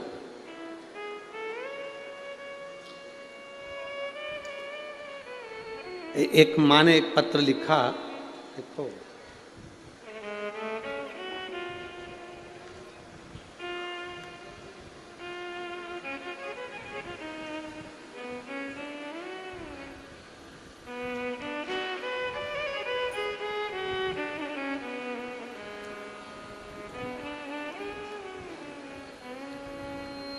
कुसुम कुशवाहा कहीं बैठी हैं। कुसुम कुशवाहा, कुसुम कुशवाहा कहीं बैठी हो तो हाथ हिला सकती है। अगर कहीं बैठी हो कुसुम कुशवाहा, ग्वालियर मध्य प्रदेश से हैं। बाबा मैं कुसुम कुशवाहा ग्वालियर मध्य प्रदेश से हूँ। मेरी छोटी बहन के यहाँ बहुत सालों के बाद बच्चा हुआ। 7 महीने का गर्भ ठहर गया। 7 महीने का गर्भ था। 27/11/2023, अभी कुछ ही दिन पहले 27 तारीख को। आपकी कथा यहाँ 28 तारीख से प्रारंभ हो रही थी। 27 तारीख को मेरी बहन को दर्द उठा। बहुत सालों के बाद बाबा की कृपा से तो बच्चा ठहरा और 7वां महीना उसका चल रहा था। रात को 2 बजे एकदम से उसके पेट में दर्द हुआ। उसे सभी प्राइवेट अस्पताल में लेकर गए। उसकी हालत सही नहीं थी। इस कारण हम थक हार कर एक सरकारी हॉस्पिटल में, क्योंकि प्राइवेट हॉस्पिटल वाले उसको झेल नहीं रहे थे, सरकारी हॉस्पिटल में लेकर गए। फिर हमने सरकारी हॉस्पिटल कमला राजा में उसको भर्ती कराया। वहाँ जब डॉक्टरों ने उसकी जांच करी तो पता चला कि उसके बच्चादानी फट गई है और जल्दी से ऑपरेशन करके 7 महीने का बच्चा ही गर्भ से बाहर निकालना पड़ेगा। डॉक्टरों ने उसका इलाज प्रारंभ कर दिया, उसकी बच्चादानी को निकालना पड़ा।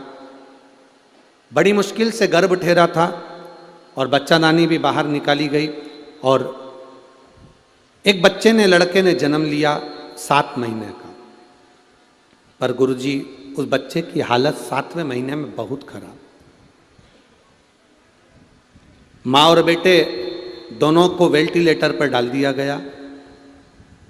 बच्चे और बहन की अच्छी सेहत के लिए मैंने मेरे परिवार वालों से कहा कि 28 तारीख को ददरुआ धाम में शिव महापुराण की कथा होने जा रही है, तो मैं कथा में जाऊंगी और पंडाल में बैठकर बाबा से विनती करूंगी कि मेरी बहन का बच्चा अच्छा रहे, क्योंकि बड़े सालों के बाद हुआ है और तो भी 7वें महीने में हो गया। गुरुदेव, हम कथा सुनने के लिए पंडाल में आ गए। बाबा को विनती कर कर कथा पूर्ण कर कर जब जाने लगे तो फोन पर खबर आई कि जो बच्चा था, जो वेंटिलेटर पर पड़ा हुआ था 7 महीने का, वो मर गया, उसके प्राण छूट गए। जैसे ही मुझे ऐसी खबर लगी, मेरे साथ में मेरी पड़ोसन आई थी। उसने कहा, तू क्या हो गया, तू रोने बैठ गई?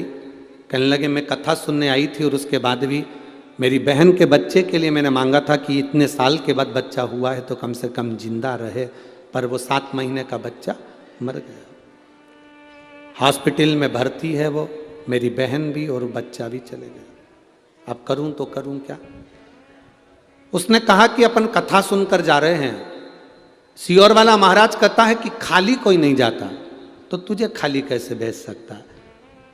अपन यहीं पर थोड़ी सी खेत की मिट्टी उठा लेते हैं, उस मिट्टी का ढेला बना लेते हैं, श्री शिवाय नमस्तुभ्यम कहकर कुएं में से पानी की बाल्टी भरकर शंकर जी को चढ़ा देते हैं। खेत की मिट्टी उठाई, रोड पे से खेत की मिट्टी उठाकर उसकी पूजन करी, बाल्टी भरकर जल चढ़ाया, श्री शिवाय नमस्तुभ्यम का जाप करा। आधे घंटे बाद खबर आई कि बच्चे की सांस चलना प्रारंभ हो गई। गुरुदेव, अब बच्चा और जच्चा दोनों ठीक हैं। मैं बाबा को नमन करती हूँ। श्री शिवाय नमस्तुभ्यम। शिव तत्व ओघड़ी है शंकर, शिव ओघड़ी है। उसकी भक्ति का जो बल है वो साधारण है। खाली कैसे जाए? एक माँ ने अपना पत्र लिखा, उस पत्र में माँ ने लिखा कि मेरे पति को, नाम है मेरा उमा देवी, पति श्री रविंद्र कुमार विश्वकर्मा, निवासी मुल्ला बघोरा, उरई, जिला जालौन, उत्तर प्रदेश। मोबाइल नंबर ये है। कहीं बैठी हैं? हाथ हिला सकती हैं, अगर कहीं बैठी हो तो अपना हाथ हिला सकती हैं। मेरा नाम उमा देवी, पति श्री रविंद्र कुमार विश्वकर्मा, निवासी मुल्ला बघोरा, उरई, जिला जालौन, उत्तर प्रदेश। मोबाइल नंबर ये है। कहीं बैठी हो तो हाथ हिला सकती हैं। आप लोग पत्र साथ में पढ़ सकते हैं टीवी पर, एलईडी पर। उरई, जिला जालौन, उत्तर प्रदेश से हूँ। मेरा मोबाइल नंबर ये है। गुरुजी, मेरा जीवन कष्टों से भरा हुआ था। मैंने अपने जीवन में कई कष्ट झेले। पति की आय बहुत ज़्यादा नहीं थी, 6,000-7,000 रुपये महीना वो कमाते थे। फिर भी उसी में मैंने अपने बेटे को पढ़ाया भी और बाबा को जल चढ़ाना सिखाया भी। गुरुदेव, मेरा बेटा निशांक विश्वकर्मा कई सालों से नौकरी की तलाश कर रहा था। आप लोग पत्र को एलईडी पर पढ़ें, आस्था चैनल पर पढ़ें। कई सालों से नौकरी की तलाश कर रहा था, पर नौकरी लग नहीं रही थी। फिर किसी के कहने पर मैंने टीवी पर 2022 दिसंबर के महीने से कथा सुनना प्रारंभ किया और बाबा 1 लोटा जल चढ़ाना प्रारंभ किया। उस जल का और बाबा की कृपा का मैं क्या वर्णन करूं गुरुदेव जी। बाबा सही में कुछ ना कुछ ऐसा कर देते हैं, मैं उसका क्या बखान करूं गुरुदेव। बाबा की कृपा। कभी नहीं सोचा था कि मेरे बेटे की सरकारी नौकरी लगेगी, क्योंकि हमारी पीढ़ियों में किसी की सरकारी नौकरी नहीं थी। पर मेरे बाबा ने 1 लोटे जल का मंदिर में पोछा लगाने का, झाड़ू लगाने का फल दिया। मेरे बेटा इनकम टैक्स विभाग का ऑफिसर बन गया। मैं बाबा को नमन करने के लिए आया। ये शिव तत्व है, ओघड़ी है शंभु, उसको शिव कहते हैं।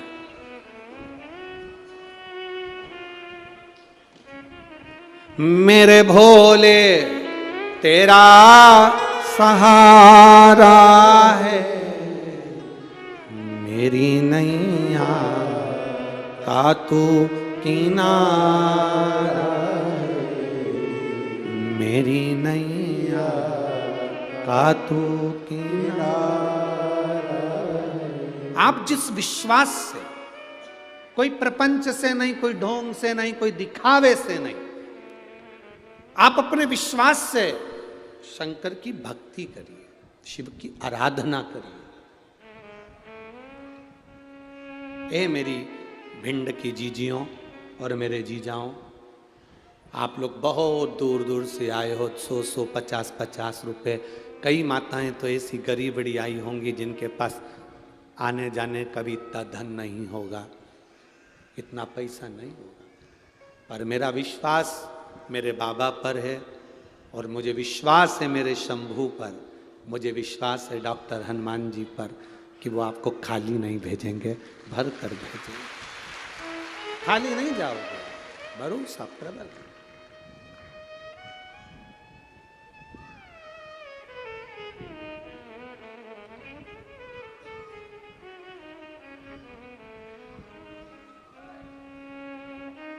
महाराज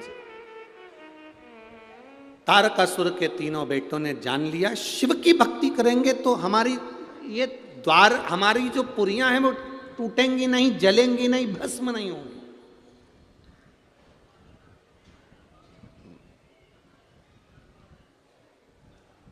कई लोग आपसे कहेंगे इतने समय से जल चढ़ा रही है, इतने समय से कथा सुन रही है, कुछ मिला? उससे कहना कुछ मिले ना मिले, पर शिव कथा में मेरा दिल लगा रहता है, एक ना एक दिन मेरा महादेव मेरी सुनेगा जरूर। कुछ मिला ना मिला, क्या मिला क्या ना मिला उससे मतलब नहीं है। एक महिला यहां बैठी हुई है, उसका पत्र था कि रजस्वला धर्म भी नहीं आता था, रजो धर्म भी नहीं आता था, डॉक्टर के हिसाब से संतान नहीं हो सकती थी।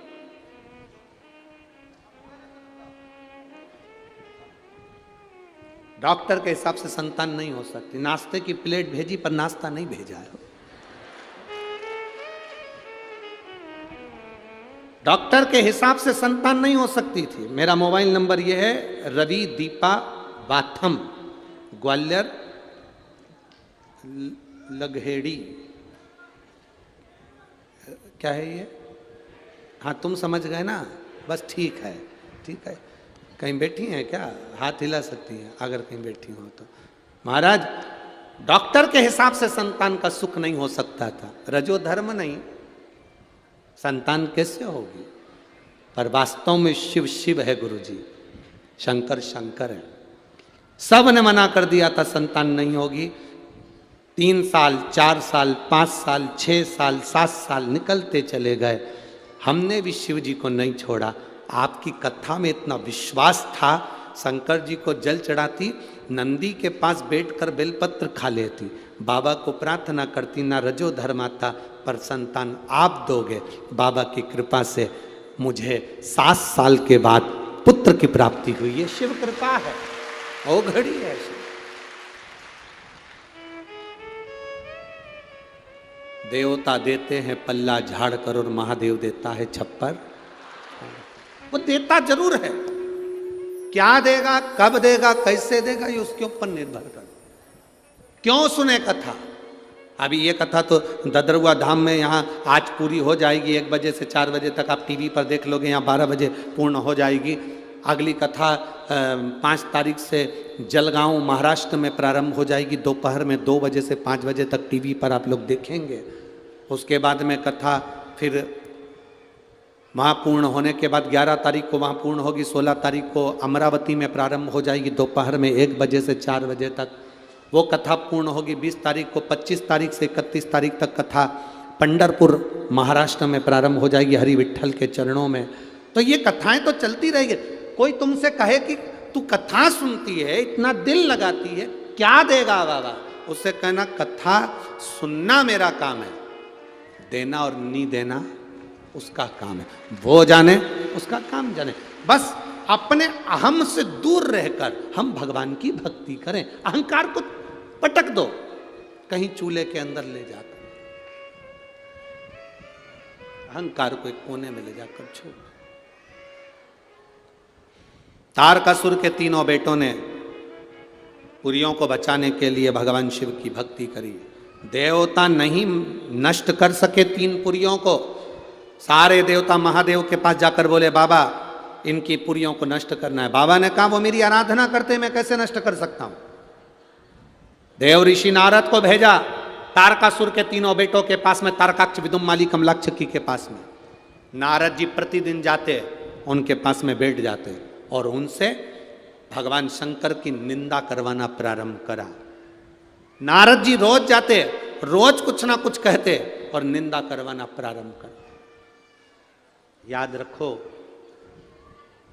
जब व्यक्ति का विनाश का समय आता है तो वो शंकर की निंदा में लग जाता है। ये कथा तारकासुर के तीन बेटों की कह रही।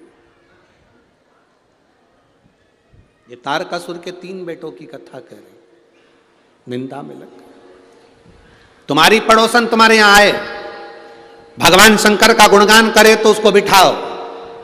अगर वो आकर शंकर की निंदा कर रही है, तुम्हारे रिश्तेदार शंकर जी की निंदा कर रहे हैं, शिव पुराण की निंदा कर रहे हैं, शिव भक्ति की निंदा कर रहे हैं, उस समय पर वहां से उठकर चले जाओ या हाथ जोड़ लो। तुम हमारे रिश्तेदार हो, तुम हमारे नातेदार हो, हमारा तुमसे संबंध है, तुम हमारी बात करो। महादेव की कोई बात नहीं करेंगे, शिव पुराण की कोई बात नहीं करेंगे। शंकर हमारा है, हम शंकर के हैं। बोल बम का नारा है, बाबा एक सहारा। हमें कोई निंदा नहीं सुनी, हम नहीं सुन सकते। नारद जी ने तारकासुर के बेटों को निंदा करने में लगा दिया। अब तो तारकासुर के बेटे तीनों निंदा में इतने डूब गए, जितना रस लोगों को कथा में नहीं आता, उससे दुगना रस चुगल चोटाई में आता। इतना रस। कौन? बा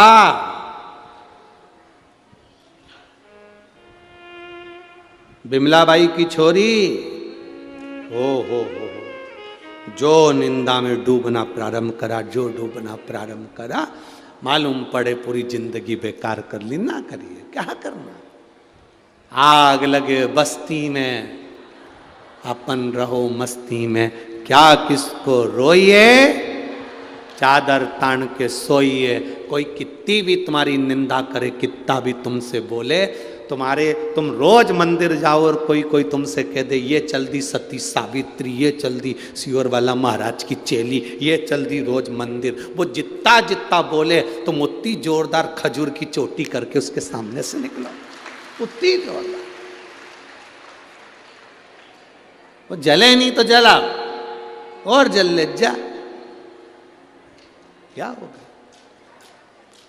चलिए, तारकासुर के तीन बेटे जैसी निंदा में लगे, तीनों एकत्रित हुए। शंकर भगवान ने तीनों पुरियों को भस्म कर दिया।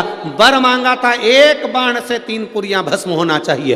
एक बाण से शंकर भगवान ने तीन पुरियों को भस्म कर दिया। शिव जी का नाम त्रिपुरारी हो गया। तारकाक्ष, विदुम्माली, कमलाक्षकी को मारने के लिए 33 कोटि देवी देवताओं को शंकर भगवान ने पशु बना दिया। शंकर भगवान उनके पति बन गए। भगवान शंकर पशु के पति बन गए, इसलिए उनका नाम पशुपति नाथ हो गया। भगाते भगाते तीनों को एक जगह इकट्ठा करा। त्रिशूल उठाकर तारकाक्ष, विदुम्माली, कमलाक्षकी को मारते। नंदी का रूप लेकर सींग से मारना चाहा। पीछे से कमलाक्षकी ने आकर भगवान शंकर का सिर काट दिया। जैसे ही पशु बने भगवान शंकर का सिर कटा, सिर जाकर नेपाल में गिर गया, धड़ केदार में गिर गया।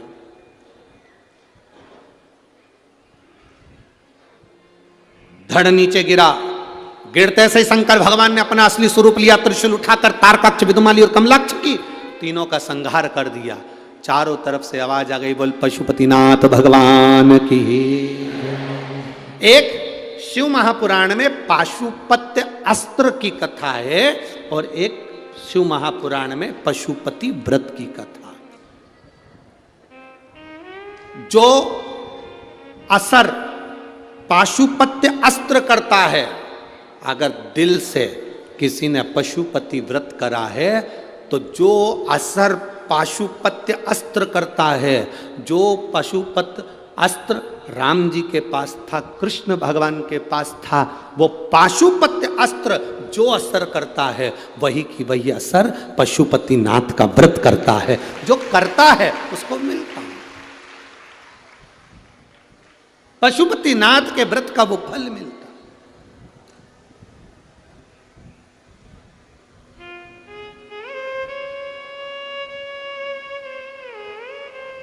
अब पशुपति व्रत, मेरा निवेदन है, चाहे माताएं हों, पुरुष हों, बच्चे हों, बेटियां हों, बेटे हों, दिल से कर देखो एक बार, दिल से। उस व्रत का फल क्या है? एक लड़के को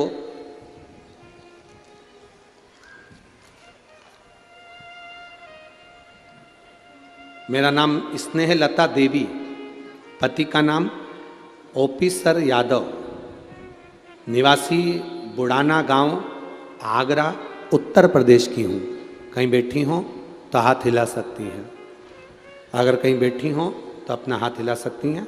स्नेह लता देवी, पति का नाम ओपी सर यादव, निवासी बुढ़ाना गांव, आगरा, उत्तर प्रदेश की निवासी हूँ। कहीं बैठी हो तो हाथ हिला सकती हूँ। मैं भोले बाबा का क्या वर्णन करूं गुरुदेव? वास्तव में बाबा बाबा है। मेरा बेटा एसएसबी में पास हो गया था, बेटे का मेडिकल होना था। उसी टाइम बेटे के आंख में फलिश आ गया, उसको लकवा लग गया। अब बेटे ने एसएसबी में पास कर लिया, पर उसके चेहरे पर लकवा लग गया और 11 दिन बाद उसका मेडिकल था। गुरुदेव, 11 दिन बाद मेडिकल होना था। बड़ा चेहरा काम नहीं कर रहा था, आंख से टेढ़ी हो गई थी, मुख टेढ़ा हो गया था। करता क्या? एमआरआई कराया, सब कुछ कराया, इलाज चालू हुआ, पर 11 दिन में पैरालिसिस कैसे ठीक हो सकता है? उस बच्चे ने, बेटे ने कहा, माँ मैं क्या करूं? 11 दिन बाद मेरा मेडिकल है और मुझे पैरालिसिस हो गया है।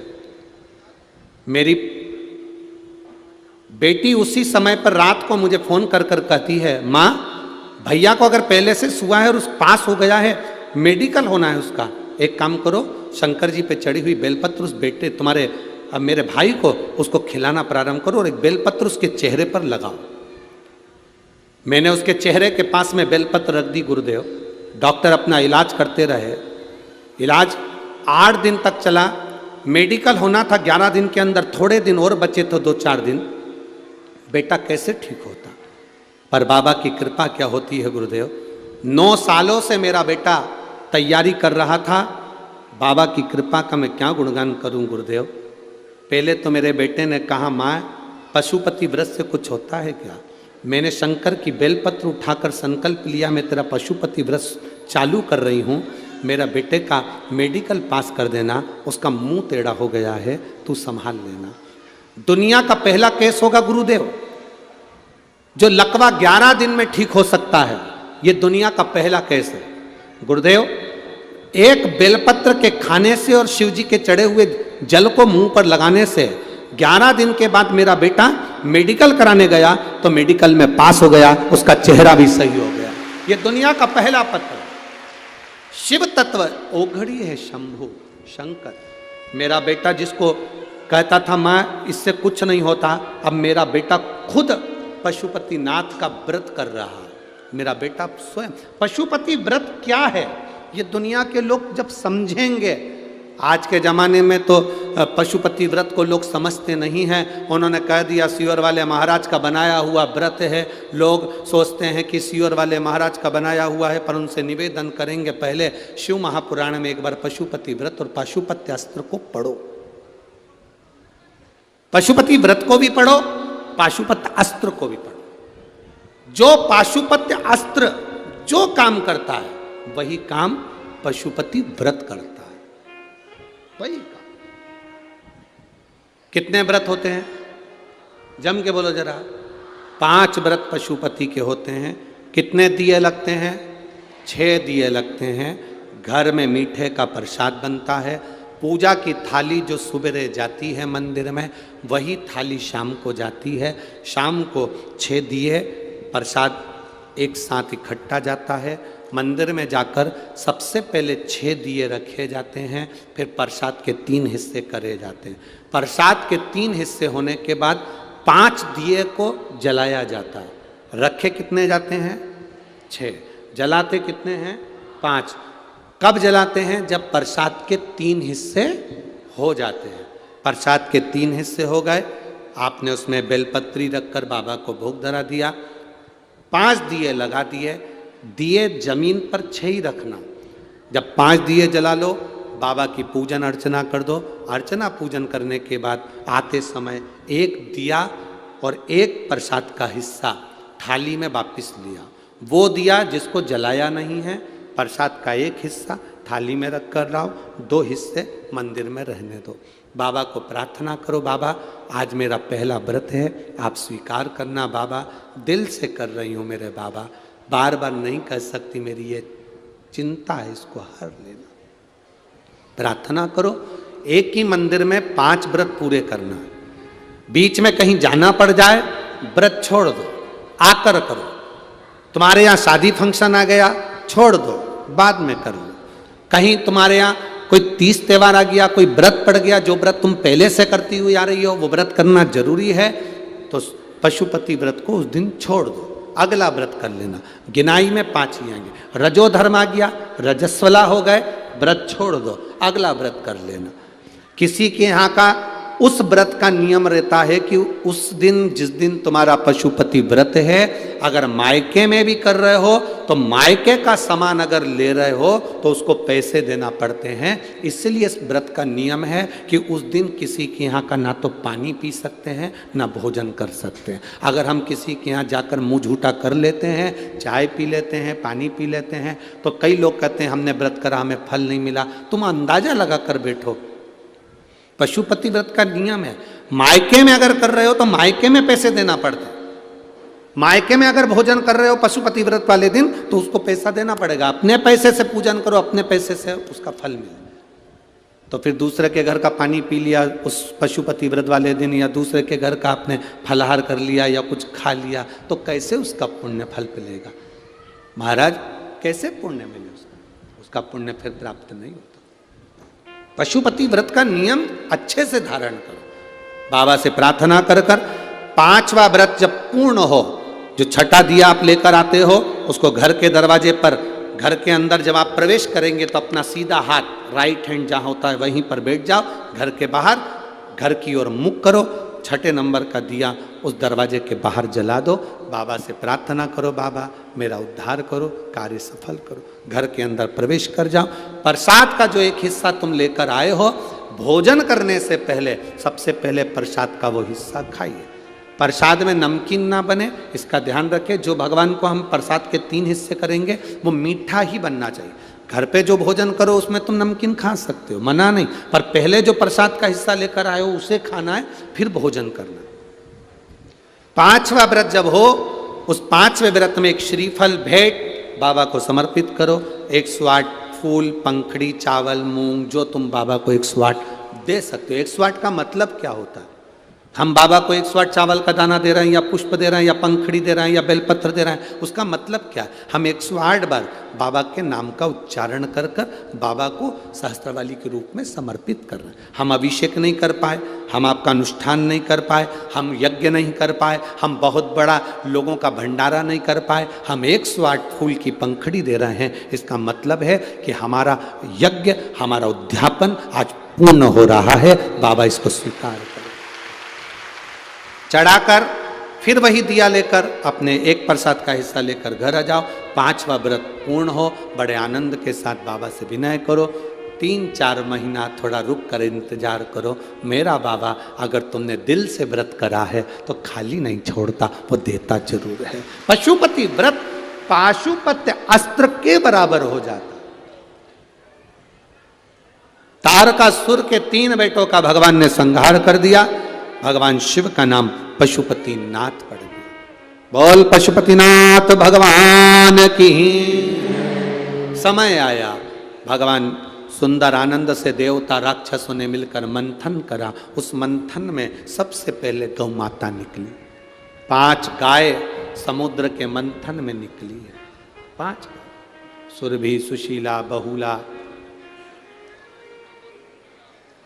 ये सब 5 गाय मंथन के समय निकलती हैं। और मंथन के समय इन 5 गायों का निकलना अर्थात भगवान शंकर ने जो विष पिया है, उस विष के जलन को, कंठ में पड़े हुए विष के ताप को समाप्त करना, विष की जलन।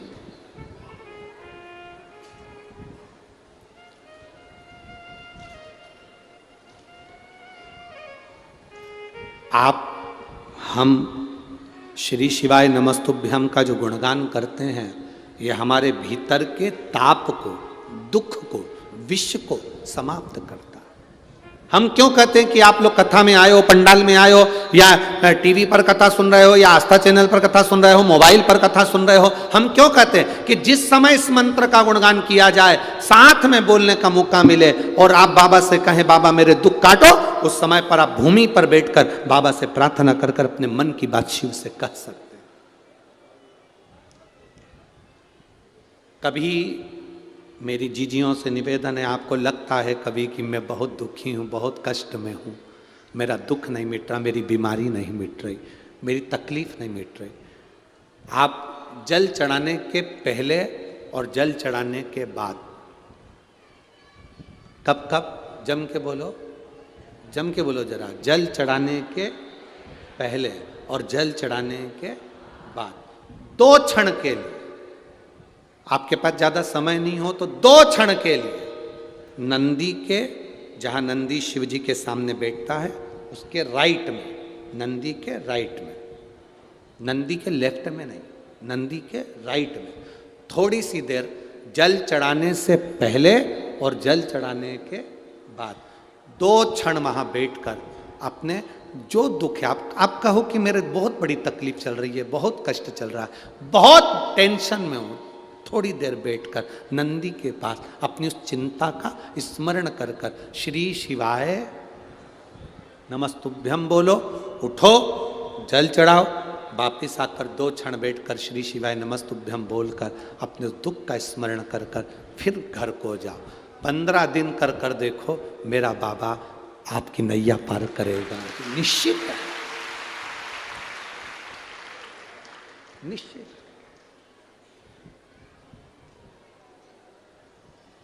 करता जाओ।